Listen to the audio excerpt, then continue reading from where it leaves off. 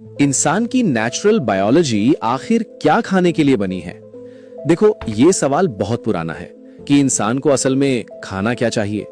जैसे गाय घास खाती है, शेर मांस खाता है, तो इंसान क्या खाने के लिए बना है? फल, सब्जी या जानवरों का मांस? इसका जवाब धर्म में नहीं, एवोल्यूशन में छुपा है। आज से करीब 66 मिलियन साल पहले जब डायनासोर्स खत्म हो चुके थे और पृथ्वी धीरे धीरे रिकवर कर रही थी, तब धरती पर हर तरफ घने जंगल थे और उन जंगलों में फल ही फल थे। उसी समय एक नया जीव विकसित हुआ, छोटा सा, दिखने में चूहे और गिलहरी का मिक्स, और इसके पंजे आज के इंसान जैसे थे। इस जीव का नाम था पर्गिटोरियस, और यही था दुनिया का पहला प्राइमेट, यानी आज के सारे बंदर और सारे एप्स और इंसान, यानी हम सब का पहला कॉमन पूर्वज। अब ध्यान देने वाली बात यह है कि पर्गिटोरियस कोई शिकारी नहीं था। उसके पास ना तो नुकीले दांत थे, ना तेज नाखून, ना ही शिकार करने का सिस्टम।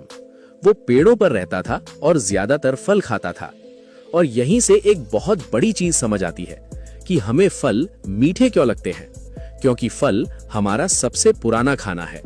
अब जरा अपने शरीर को देखो। हमारे दांत गाय जैसे फ्लैट भी हैं, शेर जैसे नुकीले भी नहीं।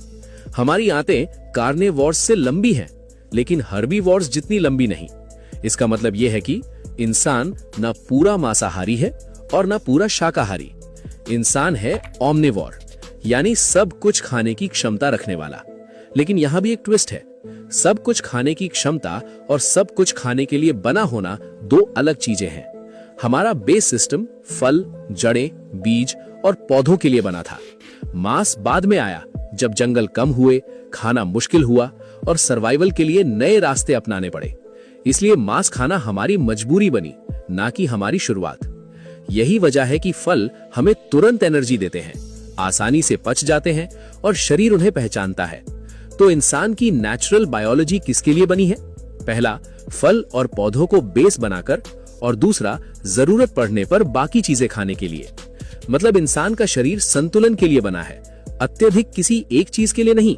और शायद यही कारण है कि जब इंसान अपने पुराने खाने से बहुत दूर चला जाता है, तो शरीर पहले चेतावनी देता है, फिर बीमारी, क्योंकि बायोलॉजी कभी झूठ नहीं बोलती।